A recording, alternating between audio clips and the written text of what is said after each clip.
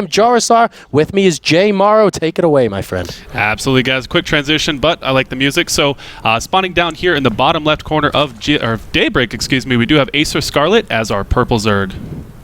And she is going to be going up against the green Zerg, who's currently in the top right position on Daybreak. Let's see what he can do here in the ZVZ in the winners bracket round 4 here. It is Sleep. Every time I look up at Sleep's name, I keep thinking that we're supposed to put a team in front of him, but I keep forgetting that he's teamless. It's so crazy to think somebody of Sleep's caliber hasn't been picked up by a team yet. Well, tournaments like this are going to be really, really good place, to be honest, for players like Sleep to showcase their skills and just show how far they can go in such an unbelievably stacked bracket. 72 of the world's finest players here.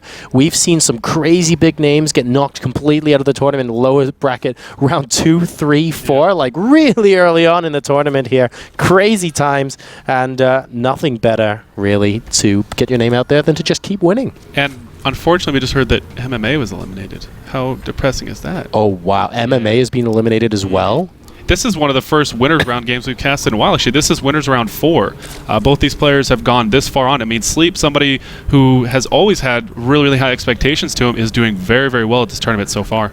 Yeah, I completely agree with you, but the problem is he's up against a pretty strong opponent in Scarlet. I mean, she has been on a tear so far, and she's showing no signs of slowing down. So both players going for their hatcheries first here. Everything pretty chilled out here so far on Daybreak. I mean, who do you want to win, Jay? Let's talk predictions, and let's talk who is going to go far in this bracket. So here's the problem I have. I like Scarlett as a person. I think she's a really cool person, and I feel like she deserves a win, but I've been a big fan of Sleep for a very long time. I've watched him play every time I can. So this is a really, really hard decision for me, but I kind of want to see Scarlett do it just because I feel like she has a better chance of beating anything that comes her way along the way. That might be a good point, actually. I mean, Sleep, he's so talented, but he hasn't really had, I would say, that tournament yet where he sort of breaks into top tier by defeating sort of 3 or 4 in a row, and everyone sort of looks at him and goes, wow. Whereas Scarlett's had 1 or 2 of those and has the potential to sort of like cause a couple more upsets later on in tournament. So I totally see where you're coming from there. And we'll have to see what happens, though, in this best of 3. Both players are mirroring each other more or less to the T so far. Of course, the rush distance here on Daybreak really, really long. Won't be able to go through the middle of the map because of those destructible rocks as well. So they have to go either above or below. Makes for early game aggression a little bit more awkward, but of course you do see it from time to time for people to throw each other off guard. I'll have to see what these guys end up choosing for their tech routes once they grab their gas. Yeah, and what I love about watching Scarlett play is usually when you get a good feel for what she's doing in a specific matchup, that's usually what she's going to do for the rest of the tournament. She usually has one specific type that she's going to do at a tournament, and she just seems to do it very, very well and gets it very, very perfectly done. So, you know, I feel like if just watching game 1, we'll get a really good idea of where Scarlett's headed in this matchup. Well, I think that's a really good point, actually. Have you managed to see a lot of Scarlett's ZVZ from earlier on in the tournament? I haven't. I've been chained to this desk all day. So we'll see. Oh, and it looks like Scarlett is going to be the first to go for a Baneling Nest, though. So, and that might end up being part of a SimCity at the natural expansion there. We see it positioned near to the ramp, so potentially another building or 2 can go to force Sleep to go the long way around.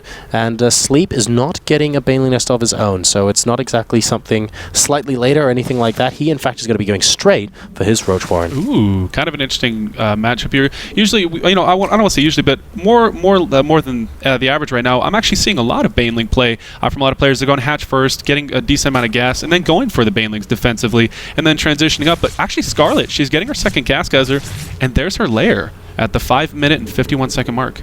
Oh, right. So, pretty quick layer coming out from Scarlet in comparison to Sleep. Roach Warren is nearly complete, though, so let's see if he wants to go for some sort of attack here early on. Supplies more or less dead even at around 40 right now, and if we take a quick look at the work account, they're actually dead even at 34 as well. So we just have a little bit of a difference as far as tech goes, and it looks like Sleep is actually going to be going for this timing. 7, now 8 roaches in production. Now, we did actually see this earlier today when I was casting with Sham2. This is something we saw a little bit of feigned aggression come out, but to be honest, with 8 roaches and 8 Zerglings in production, I don't think it's actually going to be feigned. I think that Sleep is actually opting to go for a little bit of pressure timing here. 12 Zerglings are in production now, so he's really going to go for this. He's got a little bit of supply left available to him, and so he'll build a couple more units here. He doesn't have a Baneling Nest, so these are only going to be Speedlings with these roaches.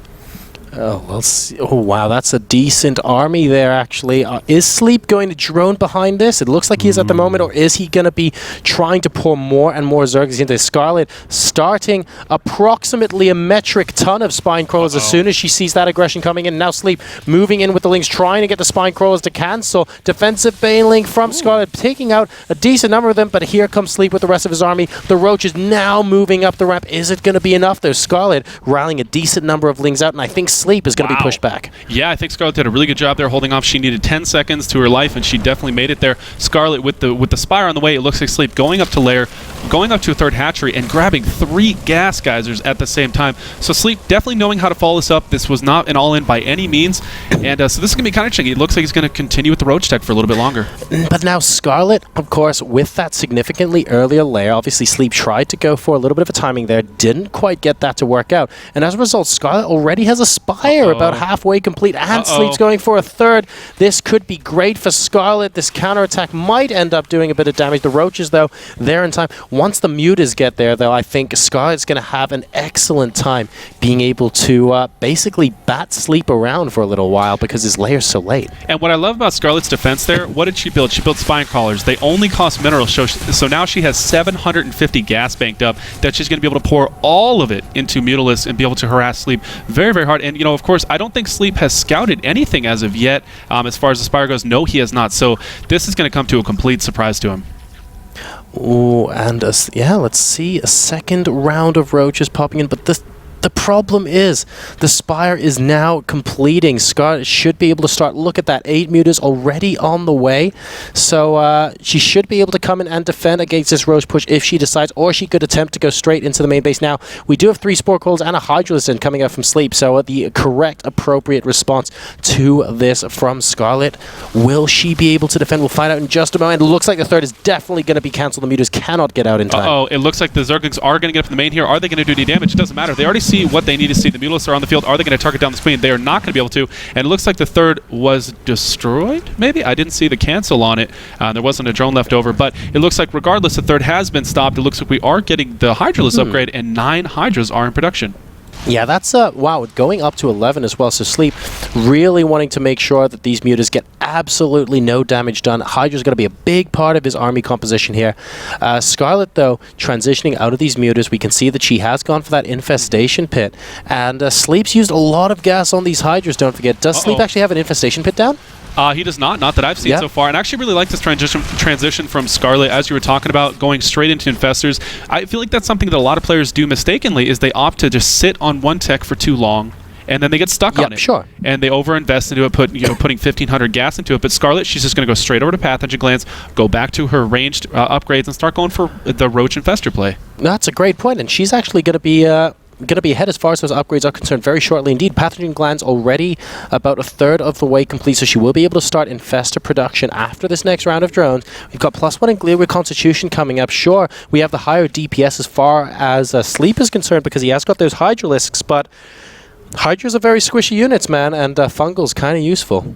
And it looks like the Mutalisks are on the north side of the map, not doing a whole lot right now. I don't think too many workers have been killed, only 5 right now. So nothing too crazy with the Mutalisks. There are 4 Infestors in production, and right now Sleep does have a pretty big upgrade advantage. He's already starting +2, Sleep has +2 about a third of the way done versus Scarlet, who's just about to finish +1. And for those of you wondering why those Mutas were flying around the top of the map, of course, Scarlet is going Overlord hunting at the moment. She knows that the Spore Crawlers and Queens and potentially Hydralisks are fine for Sleep on his half of the map, so she is just going to make sure that he has absolutely no map vision whatsoever. In fact, if we take a quick look at Scarlet's map vision there, it just looks pretty good, and she will be able to spot this attack coming very, very early indeed, although the Mutas just move. Oh, ships in the night moment there, Jay, as the Mutas walk straight past the army, but Sleep is actually heading home. Yeah, I was going to say, hopefully he's not going to push her now. His +2 would not be done in time for that aggression. If he times out just a little bit longer, it looks like it should finish about this time now, but it looks like right now Sleep does have 10 more Roaches in production. He is currently supply capped, only 1 Overlord in production, and Scarlet is on her back foot. She's going to have to play very, very defensive here. Of course, with these Hydralisks, the Mutalisk really can't come into too much play, especially once they get on creep. Scarlet needs a couple of good fungals to delay this as well. And to be honest, if we get a decent amount of chain fungals up, she might be able to do a decent amount of damage. We have got the... Spinecrawler is helping out at the top of this ramp here. Great choice there, Scarlet, trying to get a little bit of damage done with the Mutalisk. And let's see if Sleep decides to move in. It looks like he isn't at this time. The Overseer sees everything, and he's deciding not to push in. Yeah, I'm surprised Scarlet hasn't taken that out yet. That's actually very important for Sleep, but it looks like actually Sleep's getting a perfect concave. Look at this right here. A nice fungus on the left-hand side for Scarlet. A couple of invested Terrans do go down, but it's definitely Sleep has a 30 supply advantage. She is pushing forward. +2 is not done, so this aggression does come out a little bit early from Sleep, but Scarlet is pushing back, and man, this is close. Look how many red and orange units Sleep has on the field. Yeah, he has to be very careful here. Scarlet basically needs 1 or 2 more fungal growths, and then she'd be able to clean this up easy peasy. It looks like it's a very close battle at the moment. Sleep currently had 146 supply to 124, and Scarlet even bringing the drones out for a little bit of extra DPS, but sending them back to mine. Not a lot of them were lost there. In fact, I don't think any of them were lost quite just then, but Sleep's reinforcements are huge. Yeah, now that +2 is finished, so these units are starting to really pack a punch. The drones have been pulled again. The last few 2 infestors may get targeted down here from Sleep, and Scarlet is definitely on her back foot, pulling more and more drones all the way down to 17 worker kills from Sleep so far. All of these units are in the red, but I think Sleep, it doesn't matter at this point. He is pushing forward. Units coming from both sides, even with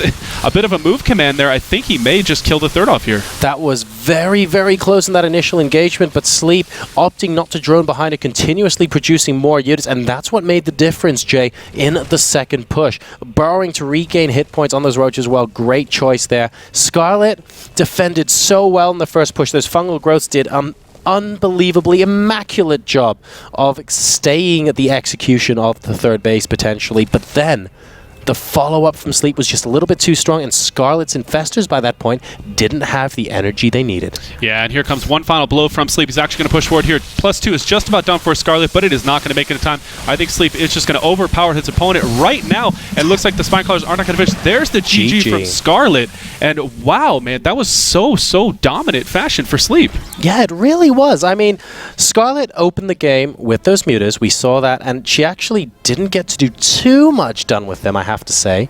But nice transition into the infestors. She got pathogen glands down pretty darn quick, and she had infestors out to defend against the first push of Sleep. It looked like Scarlet was doing everything she needed to try and make sure she could hold off the army, but Sleep was just creating that army for that much longer. Those Hydralisks added so much DPS, and if that first engagement, Scarlet had maybe an extra, let's say, 2 fungal growths, a lot of units would have gone down there for Sleep, and that could have changed the entire landscape, but it's literally that close, and then Sleep built on that, and there was a snowball effect. Welcome to ZVZ, right? Yeah, exactly. Enjoy your stay.